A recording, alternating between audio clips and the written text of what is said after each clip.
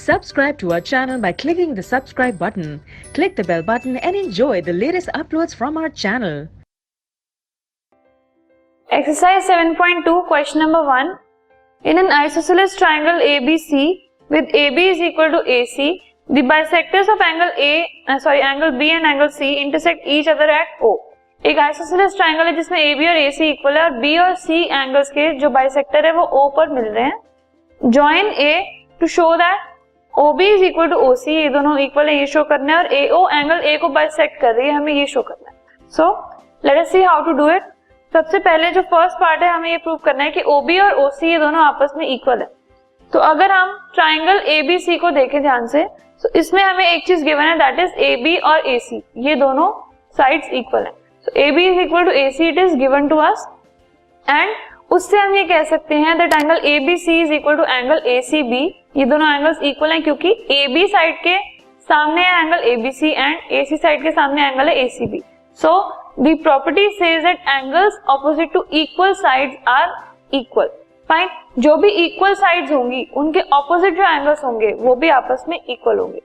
अगर ये दोनों एंगल्स इक्वल है तो इनके हाफ भी इक्वल होंगे. So half of ABC is equal to half of ACB. So कोई भी दो एंगल्स अगर इक्वल है तो उनके हाफ भी इक्वल होते हैं. Half of ABC is equal to angle OBC and half of ACB is equal to angle OCB, क्योंकि आपको ये गिवन है कि OB और OC ये जो दोनों साइड्स हैं they are the bisectors of two angles, angle B and angle C. अब एंगल B का मतलब है angle ABC and angle C का मतलब है angle ACB.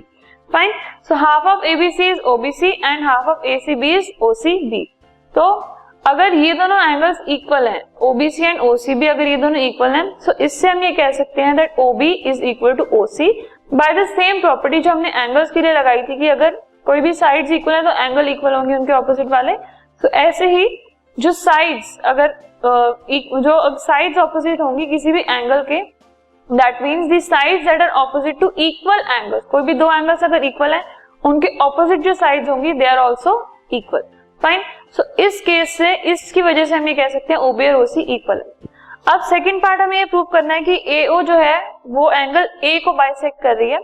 So we will consider two triangles AOB and AOC. अब इन दोनों ट्रायंगल्स के अंदर हमें तीन चीजें देखनी होंगी ऐसी जो कि इक्वल हैं. First we have OC is equal to OB. हमने फर्स्ट पार्ट में अभी प्रूव किया है. From 1 we can say that OC is equal to OB. AO is equal to AO, that is they are common, and AB is equal to AC. It is given to us कि जो triangle ABC है वो एक isosceles triangle है. So, इससे हम ये कह सकते हैं that triangle AOB and triangle AOC they are congruent to each other by the property SSS. So ultimately we can say that angle A उसके जो दो पार्ट्स हैं, एंगल A अगर आप देखें तो जो AO साइड है वो उसको दो पार्ट्स में डिवाइड कर रही है, OAB एंड OAC. तो ये दोनों भी इक्वल हो जाएंगे बाय द प्रॉपर्टी CPCD.